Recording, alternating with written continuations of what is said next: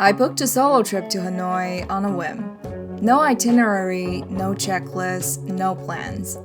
Just 72 hours of wandering, eating, sipping, people watching, and realizing that sometimes doing nothing is doing something. This is 27 lessons I learned from my trip to Hanoi.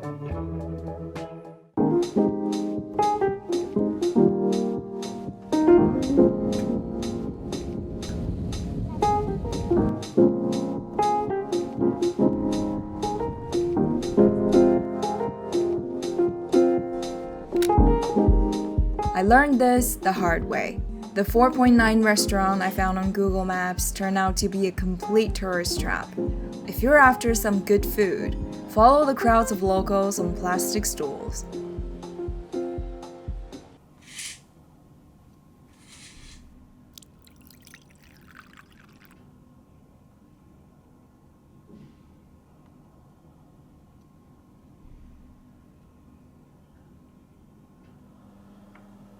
Let's go get some food. A good morning in Hanoi starts with absolute chaos and a fat, crusty banh mi. These are the love child of French baguettes and bold Vietnamese flavors. The rice flour and banh mi make them lighter and crispier than their French cousins. Juicy barbecued pork, smoky ham, creamy pate, layered with pickled carrots and daikon for that sweet sour crunch, and a tad of chilies for just the right kick.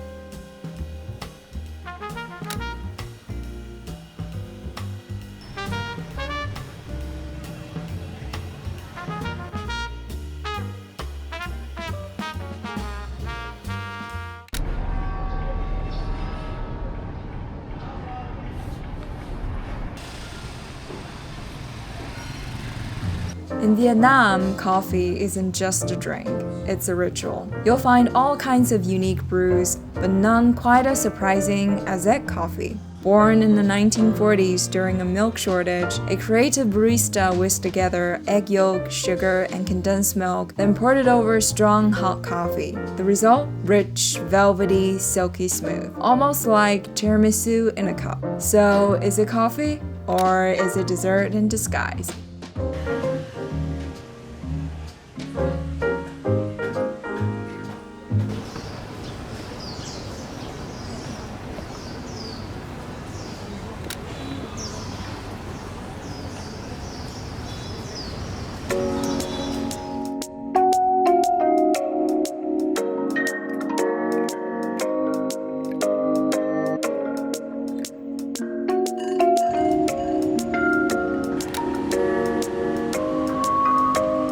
I chopped my nail a few weeks ago and it has been so annoying. Last night, half of my nail almost ripped off of my finger. So next up on the agenda, get my nails done for the very first time.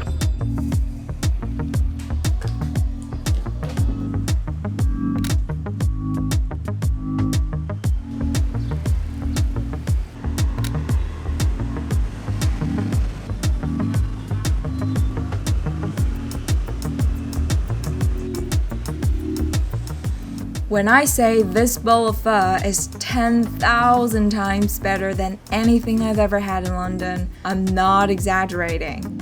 The broth is intensely rich and fragrant, slow simmered for hours and hours to achieve maximum umami.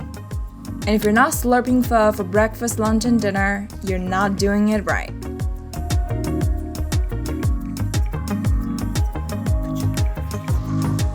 I have been just chilling in my hotel room for the past hour or so. Walking all day is tiring. I booked a food tour tonight with Hanoi kids, so I'm just waiting for a university student to pick me up and show me around the best street food in the city. Considering what I ate last night, I think eating with a local is pretty necessary.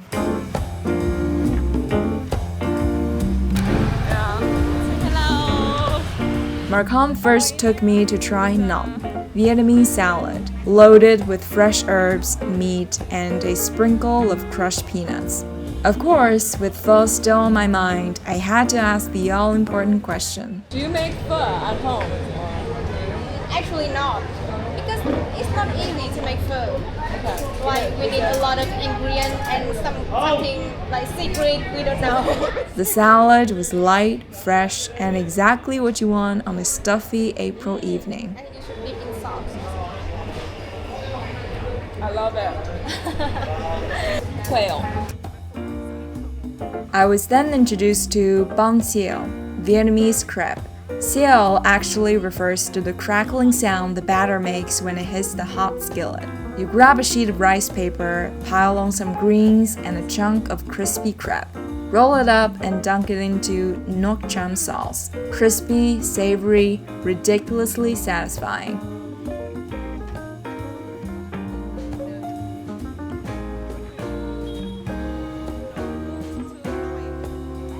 Of course, no day is complete without dessert. We ended at a sweet shop and got some jackfruit yogurt and mango sticky rice ice cream. By the end of the night, I was fully converted to the plastic stool lifestyle. Food just tastes better when you're eating 2 inches off the ground.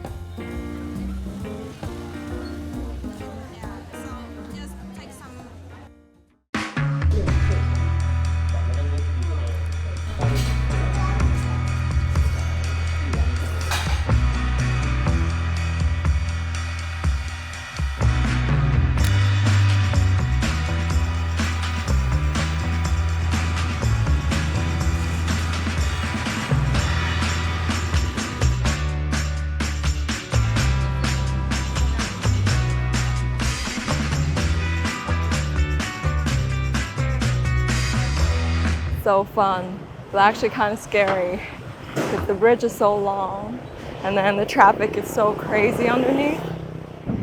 And also the noise.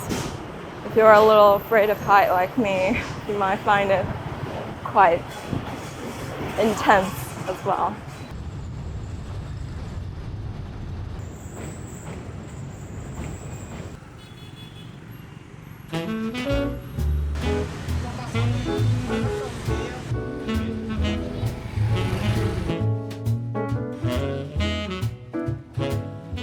One of the best things about traveling without a plan is that you stumble across hidden gems, like this cat cafe.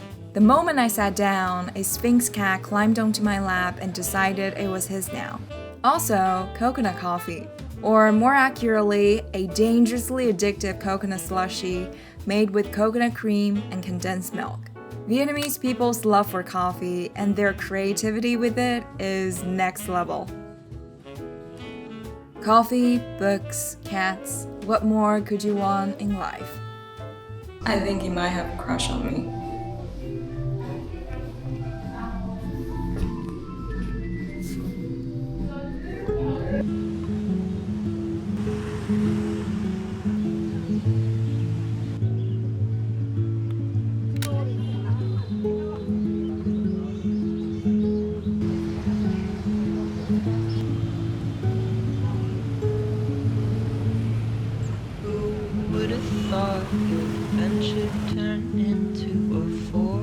I spotted a lady making banh nguyen across the street and had to wander over. It reminded me of the rice noodle rolls changfen from Guangdong province in China. Except here, they sprinkle crispy fried shallots on top, adding the perfect crunch. Honestly, fried shallots just make everything better.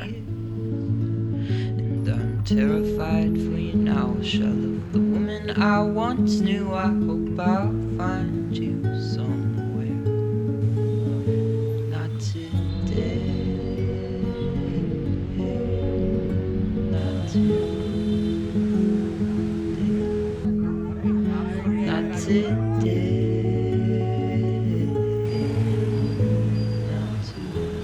After another long day of walking, my legs officially gave up. So I booked a motorbike ride on Grab and headed to a time-left dinner. If you haven't seen their ads on Instagram yet, it's basically a dinner with 5 strangers in whatever city you choose. Since I don't know anyone in Hanoi, I figured it was the perfect chance to give it a try. And it turns out dinner with 5 strangers isn't scary at all. You'll end up enjoying one of the best Japanese barbecues of your life and even better conversations.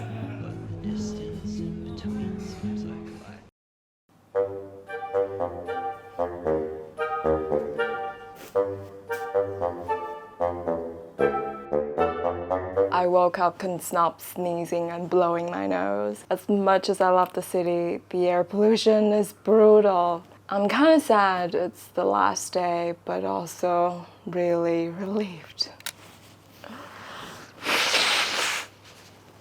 God. Ugh. When people think of Vietnamese food, pho usually gets all the spotlight. But honestly, bún chả might just be even better. Imagine smoky grilled pork and juicy meatballs all swimming in a sweet, savory broth. The best part? Dunking in a handful of noodles, soaking up all that flavor, and slurping away to your heart's content.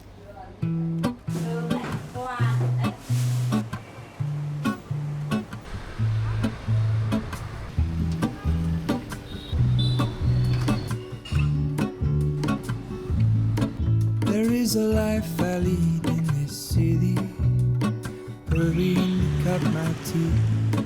I can take what I need to get by. This is probably the prettiest coffee shop I've ever been to.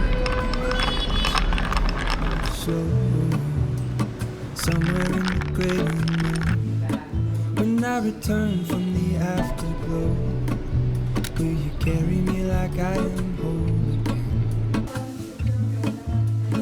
Wait, hold on, put me together, take me back where I belong.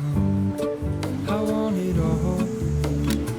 I had a feeling, but the feeling is all gone. Wait, hold on. Before Marcon left yesterday, she insisted I try a little restaurant just 2 minutes away from my hotel. After a lot of gesturing, smiling, and wild guessing with the owner, I think I managed to order the right thing: fried goose. It's tender, not too greasy, but the real star of the meal was this bamboo shoot soup slow cooked in goose bones for hours. I could honestly just drink this all day.